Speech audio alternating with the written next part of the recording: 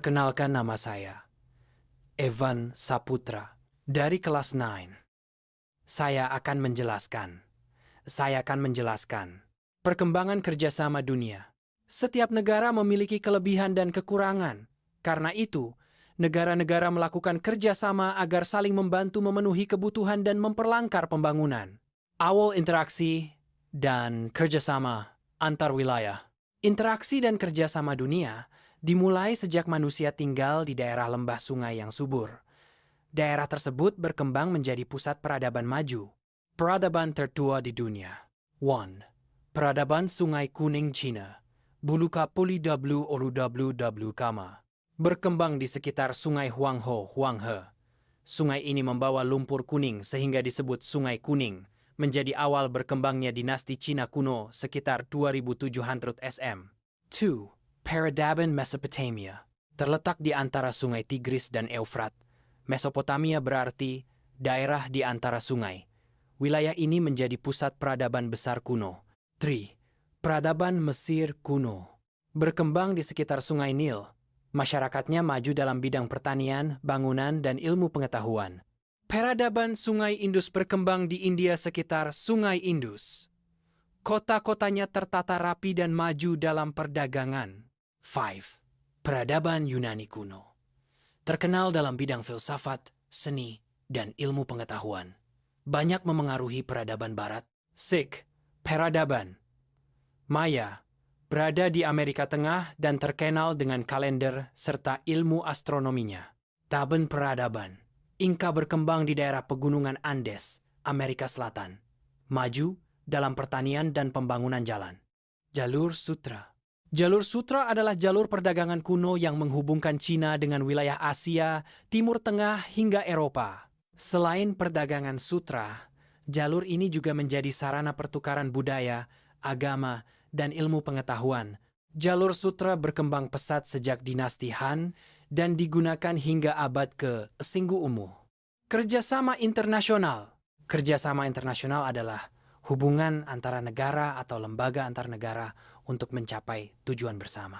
Prinsip kerjasama internasional. 1. Tidak mencampuri urusan negara lain. 2. Menciptakan perdamaian dan keadilan dunia. 3. Berdasarkan politik luar negeri bebas aktif dan saling menguntungkan. 4. Mengutamakan kepentingan nasional. Prinsip kerjasama internasional. Tidak mencampuri urusan negara lain. Mewujudkan perdamaian dan keadilan dunia. Berdasarkan politik luar negeri bebas aktif dan saling menguntungkan. Mengutamakan kepentingan nasional. Manfaat kerjasama internasional. Bidang ideologi menumbuhkan sikap saling menghormati antar negara. Bidang politik mempererat hubungan dan kerjasama antar negara. Bidang ekonomi meningkatkan perdagangan, investasi, dan impor-ekspor. Bidang sosial budaya saling melengkapi dan memperkaya kebudayaan. Bidang pertahanan dan keamanan meningkatkan keamanan dan kerjasama militer. Tujuan kerjasama internasional. Mempererat hubungan persahabatan antar negara. Menciptakan perdamaian dunia agar tidak terjadi perang dan kekerasan. Meningkatkan pertumbuhan ekonomi negara melalui kerjasama di berbagai bidang. Melengkapi kebutuhan negara karena setiap negara memiliki sumber daya dan kondisi berbeda. Bilateral. Kerjasama bilateral adalah kerjasama antara dua negara. Contoh, 1. Indonesia dengan Malaysia. 2. Indonesia dengan Vietnam dalam bidang kesehatan. 3. Indonesia dengan Laos dalam bidang kesehatan. 4. Indonesia dengan Singapura dalam bidang sosial dan ekonomi. 5. Indonesia dengan Arab Saudi dalam pendidikan dan keagamaan. 6. Indonesia dengan Jepang dalam ekonomi dan pendidikan. 2. Indonesia dengan Inggris dalam lingkungan dan perdagangan. 8. Indonesia dengan Jerman dalam ekonomi, investasi, kesehatan, dan industri. 2. Regional. Kerjasama regional adalah kerjasama antar negara dalam satu kawasan tertentu. Contoh, IS, Miraha, ASES, Miraha. ASEAN Regional Forum AFE, kerjasama keamanan dan politik di kawasan ASEAN. PICA, kerjasama perdamaian dan keamanan Asia. CTICFF, Kerjasama Pelestarian Terumbu Karang dan Laut. WPD, Forum Negara di Kawasan Pasifik. BIMP AGA, Kerjasama Pertumbuhan Ekonomi Kawasan Perbatasan. IMTGT, Kerjasama Indonesia, Malaysia, Thailand dalam ekonomi. 3. Bentuk kerjasama ASEAN di bidang ekonomi. Sektor industri, melalui proyek ASEAN Industrial Cooperation, cadangan pangan, dengan Vietnam dan Thailand sebagai lumbung padi ASEAN. Perdagangan bebas, melalui ASEAN Free Trade Area, untuk mempermudah perdagangan antar negara ASEAN. Number 4. Bentuk kerjasama ASEAN di bidang politik. Pengiriman duta dan konsulat antar negara ASEAN untuk mempererat hubungan internasional dan menjaga komunikasi politik. Perjanjian bebas nuklir, yaitu larangan penggunaan dan pembuatan senjata nuklir di kawasan ASEAN. Perjanjian perdamaian, netral, dan bebas, agar negara anggota saling menjaga keamanan dan tidak melakukan campur tangan terhadap negara anggota lain. 4. Antarregionale. Kerjasama antarregional adalah kerjasama antara dua kawasan berbeda. Contoh. ASEAN dengan Masyarakat Ekonomi Eropa. 5. International. Kerjasama internasional adalah kerjasama banyak negara di bawah organisasi internasional seperti PBB untuk meningkatkan kesejahteraan bersama. Profil beberapa lembaga kerjasama internasional. Ada berbagai macam bentuk kerjasama internasional, diantaranya adalah kerjasama di bidang politik, sosial, pertahanan, dan keamanan, kebudayaan, serta ekonomi. Berikut ini lembaga kerjasama internasional. 1. ASEAN. ASEAN adalah Association of Southeast Asian Nations, adalah organisasi kerjasama negara-negara Asia Tenggara yang didirikan pada 8 Agustus 1967 untuk menjaga kestabilan politik, ekonomi, sosial, dan 2. Hasil kerjasama ASEAN. A. Bidang infrastruktur dan industri. ASEAN membangun beberapa proyek industri bersama, seperti pabrik pupuk di Indonesia dan Malaysia, pabrik tembaga di Filipina, pabrik abu soda di Thailand, pabrik vaksin hepatitis B di Singapura. Selain itu, ASEAN juga bekerja sama dalam bidang pendidikan seperti perkembangan universitas di Sumatera Barat. B. Kerjasama dengan negara maju. ASEAN menjalin kerjasama dengan negara maju, misalnya Jepang, untuk meningkatkan pariwisata, perdagangan, dan investasi. 1. Sejarah. Semula bernama G7.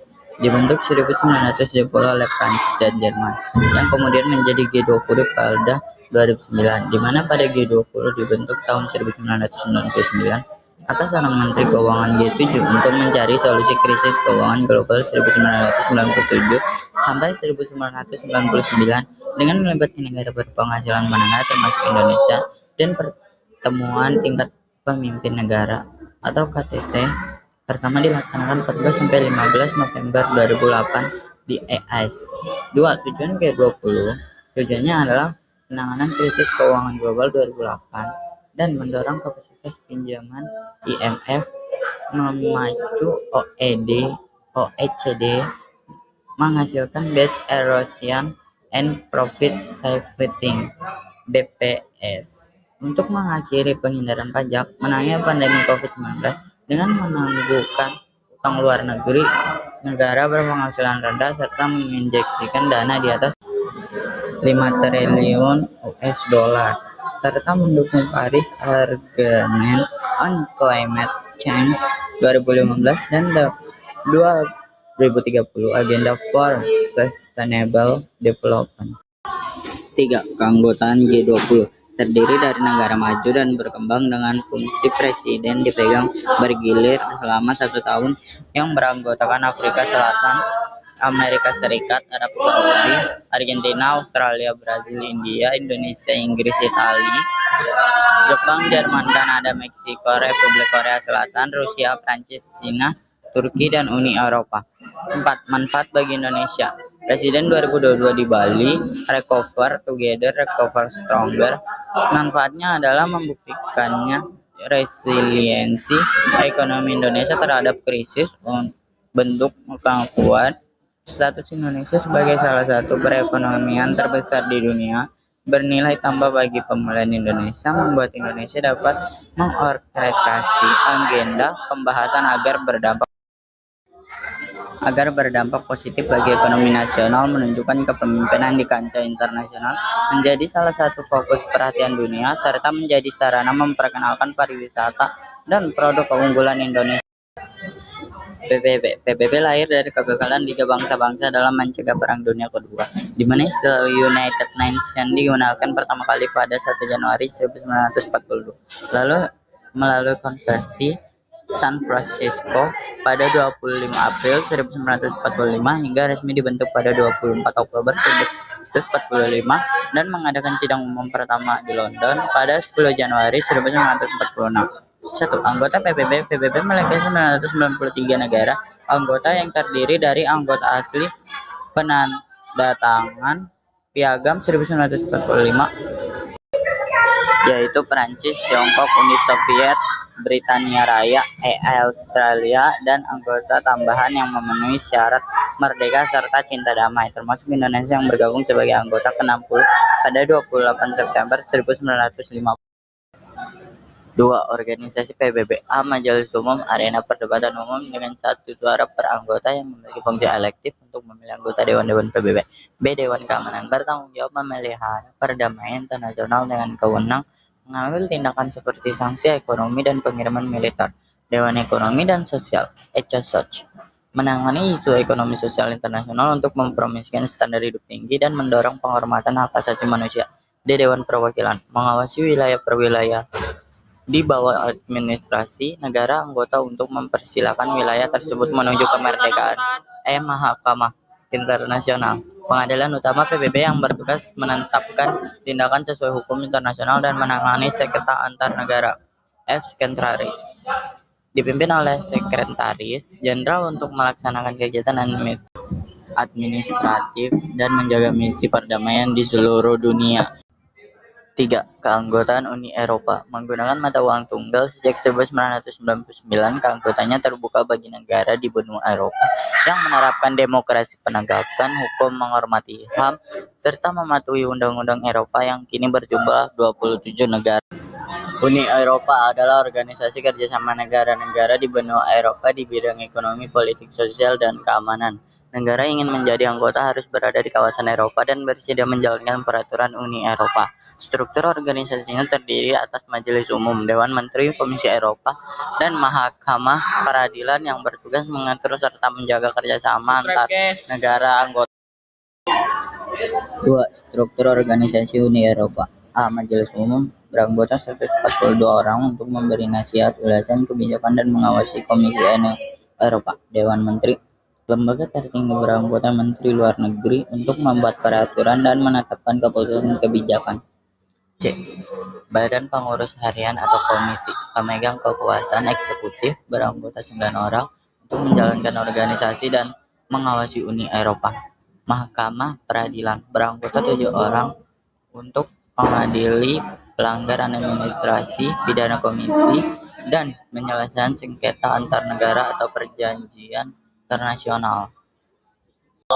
D. Uni Eropa berawal dari kerjasama perdagangan pasca Perang Dunia Kedua yang meluas ke bidang politik, industri, dan pertanian. Organisasi ini diawali gagasan Maurice Schumann pada 1950 untuk menyatukan produksi baja dan batu bara Prancis-Jerman guna mencegah perang. 1. Tujuan pembentukan organisasi Uni Eropa menjalin kerjasama ekonomi, memperluas lapangan kerja, menghapus rintangan perdagangan internasional, serta mewujudkan pasar bersama Eropa melalui keseragaman tarif dan kebebasan pergerakan buruh, barang, serta modal.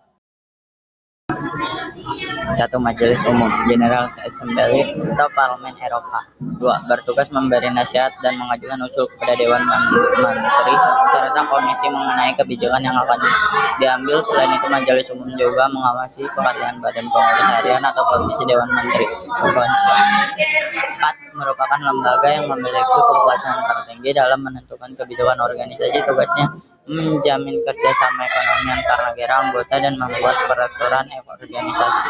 5. Badan Pengurus Harian atau Komisi.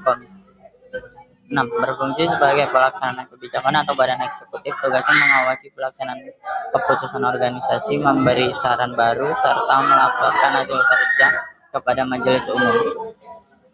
7. Mahkamah Peradilan, the Court of Justice. 8. Bertugas menyelesaikan perselisihan antar negara anggota dan menangani masalah